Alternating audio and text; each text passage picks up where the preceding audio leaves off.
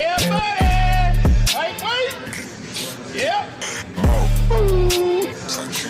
Salut la team, donc c'est parti pour une nouvelle vidéo et on commence avec Urs Kalczynski qui d'après un média assez connu où Chris Aceto, célèbre entraîneur de bodybuilder, était présent et a balancé que Urs ne participerait pas à l'Arnold Classic et que cette information viendrait directement de sources sûres.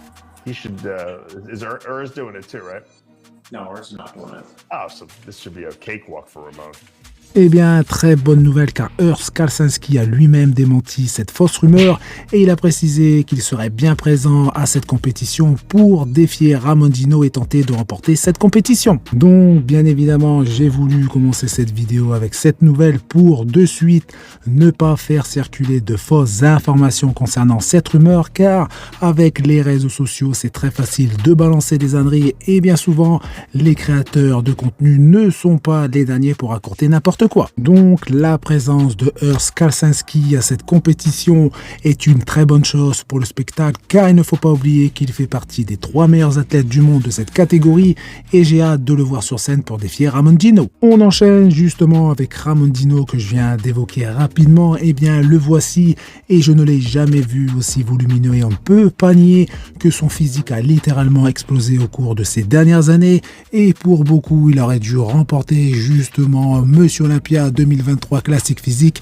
face à Chris Bumstead. Personnellement, je pense que non, même s'il était justement tout proche de réaliser un exploit, mais Chris Bumstead était encore un poil au-dessus de Ramondino et j'espère pour Chris Bumstead que cette année, il sera justement dans une forme olympique car Ramondino avec son nouveau physique risque de faire très mal. Un autre athlète classique physique, Michael Daboul, qui fait partie également des meilleurs athlètes de la planète, qui sera également présent à l'Arnold Classic. Ici, il présente un physique déjà impressionnant et déchiqueté.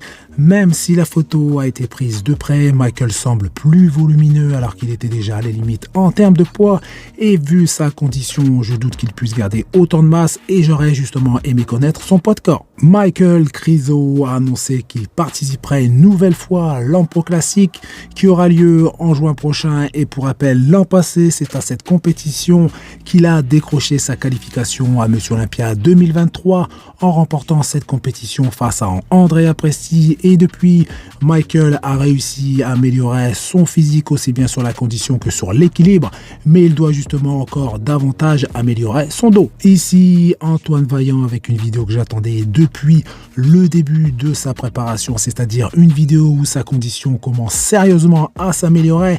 Eh bien, le voici, on ne peut pas nier le fait qu'Antoine apparaît plus volumineux même s'il manque encore de dos et d'épaisseur de façon générale comparé à d'autres athlètes, mais Antoine possède de superbes cuisses et une très bonne condition. Dans tous les cas, cette période off aura été vraiment bénéfique. Je pense que pas mal d'autres athlètes devraient prendre exemple sur Antoine ou encore sur Raphaël Brandao, sur le fait que prendre une longue période off ne peut être que bénéfique pour un pro bodybuilder qui souhaite apporter de réelles améliorations justement à son physique, surtout que le moindre détail peut être un atout majeur lors de grosses compétitions où le niveau est très élevé et malheureusement certains athlètes présentent un physique pratiquement similaire chaque année ou même pire, il régresse justement à force de tirer sur la corde. Rubiel Mosquera confirme ce que j'ai pu vous dire dans plusieurs de mes vidéos au cours des dernières semaines, c'est-à-dire sa non-participation à l'Arnold Classic US. Lorsque la liste des participants à l'Arnold Classic a été partagée pour la première fois, 3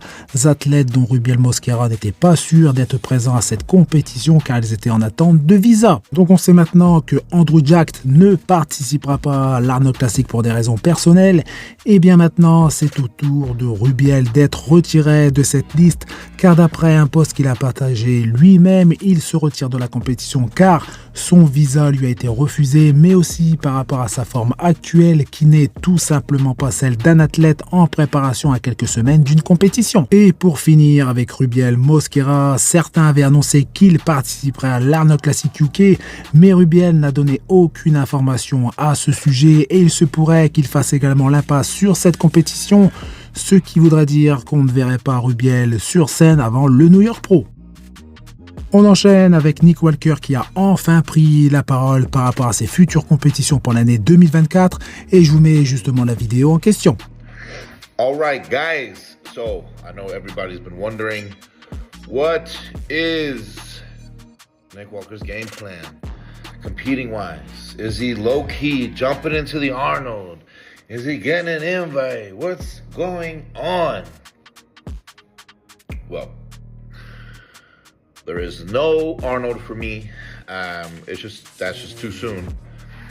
It's almost 4 weeks out. It's just, I don't feel ready enough for that. And there is no invite. And honestly, I'd rather earn my qualification, I'm okay with that. I'd rather earn my qualification, and once I earn that qualification, I am going to win and come back strong, better than what I was going to be last year, and get the Mr. Olympia title. That's how this is going to go. That being said,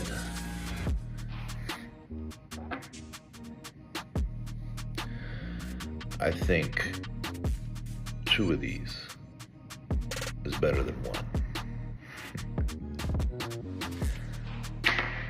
I'll see everybody at the New York Pro.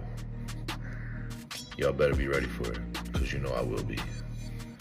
Donc, comme prévu, et je vous l'ai dit également à plusieurs reprises, pas d'Arnold Classic US pour Nick Walker, ni d'invitation spéciale pour Monsieur Olympia 2024, même si les organisateurs n'ont rien partagé à ce sujet. Nick veut gagner sa qualification grâce à une victoire lors d'un Pro Show, et je pense que c'est une très bonne décision de sa part, et il va justement tenter de gagner sa qualification pour Monsieur Olympia en participant au New York Pro pour la 2e fois, et d'ailleurs il a justement déjà remporté cette compétition. Donc ce show va se dérouler au mois de mai. Il aura justement de sacrés athlètes face à lui, comme Tonio Burton qui a remporté l'édition en 2023, et on a vu justement dernièrement qu'il était vraiment en pleine forme. Il y aura également Beef Stew, Rubiel Mosquera, et aux dernières nouvelles, l'athlète brésilien Rafael Brandao pourrait également être de la partie. Donc je pense que Nick n'est pas assuré de remporter cette compétition, mais il sera le grand favori. Et pour finir, dans sa vidéo, il précise également qu'il va se présenter sur la scène de Monsieur Olympia 2024 avec le meilleur physique de sa carrière.